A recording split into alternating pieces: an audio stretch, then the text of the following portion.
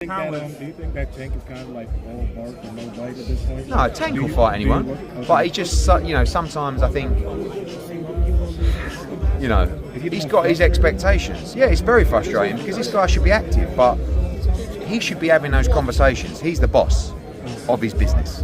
How does Saquan Matias fit in the 140? Well, this fight, right up there. I think Devin should already be top 5 pound for pound. I really do. Eddie, real quick, you brought up PBC's financial situation, but the Zone has been raising their subscription costs. They're going to Saudi Arabia to get more money.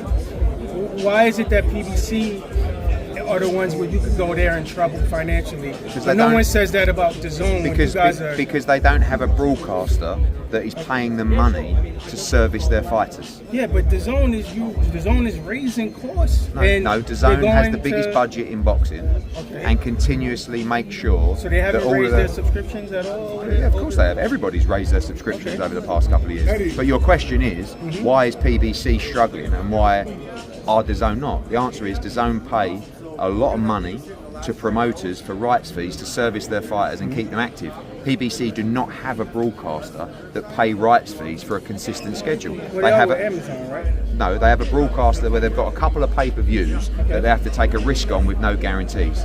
They have no plan, they have no schedule, they have no regular content outside of pay-per-views that, quite frankly, aren't even really pay-per-views. And you cannot run a business, you cannot build a schedule, you cannot maintain and service your fighters if you do not have a broadcaster that is paying rights fees for regular Saturday night fight nights. Yeah, but outside of maybe the Saudi fights, what has the Zone, what big fights have the Zone put on? Are you joking? Outside of the Saudi fights? Are you joking? No, I want to know. I mean, Haney against Garcia. I mean, this is now. I mean, talking about Katie Taylor, Anthony Joshua, Ryan Garcia.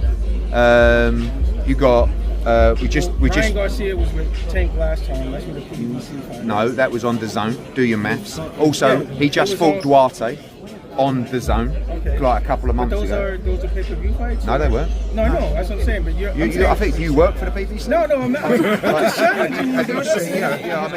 We have shows every single week. I mean, every single week. We've got Taylor Cattrall the week after this. It's a sold-out event in the UK. You've got Haney against Garcia. You just did Jaime Munguia against John Ryder. We did Bam against Sonny Edwards Unification. We're going to be doing Bam against Estrada, massive Mexican fight in the summer. You've got Virgil Ortiz. You've got Diego Pacheco. You've got Balang. I mean, like, it's every single week. Hey, real quick, let me ask you something. What have you learned about the American market since you've been working? The